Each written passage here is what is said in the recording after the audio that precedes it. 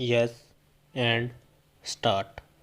After having examined the scope of interference by the High Court to allow compounding of non-compoundable offences while exercising its powers under Section 482 of CRPC, we may proceed to examine the question as to whether the position would be any different where the petitioner approaches the High Court for the grant of similar relief while invoking its extraordinary jurisdiction under Articles 226/227 of the Constitution of India.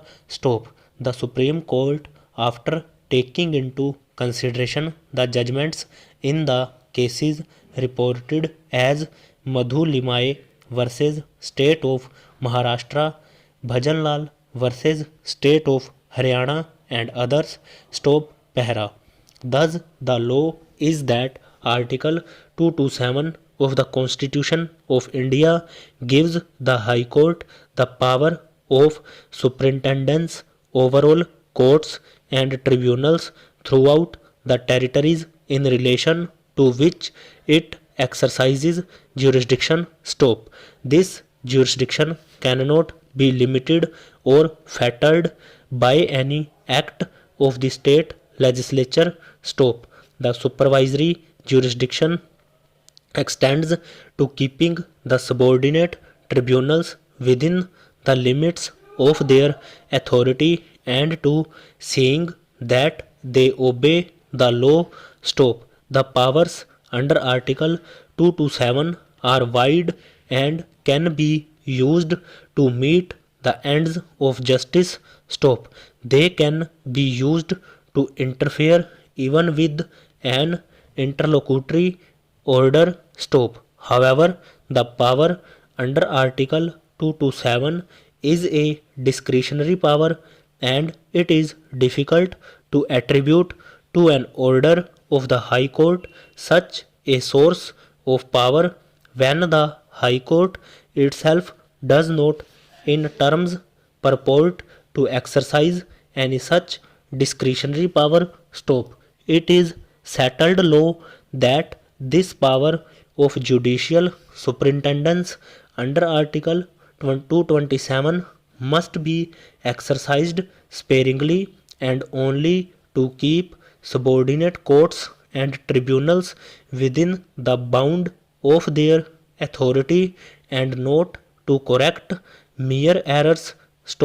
Further, where the statute banned the exercise of revisional powers, it would require very exceptional circumstances to warrant interference under Article 227 of the Constitution of India, since the power of superintendence was not meant to circumvent statutory law.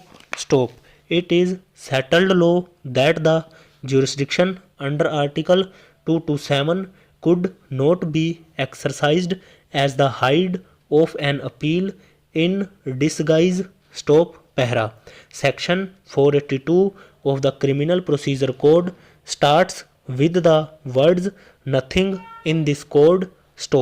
Thus, the inherent jurisdiction of the High Court under Section 482 of the Criminal Procedure Code can be exercised even when there is a bar under Section 397 or some other provisions of the Criminal Procedure Code.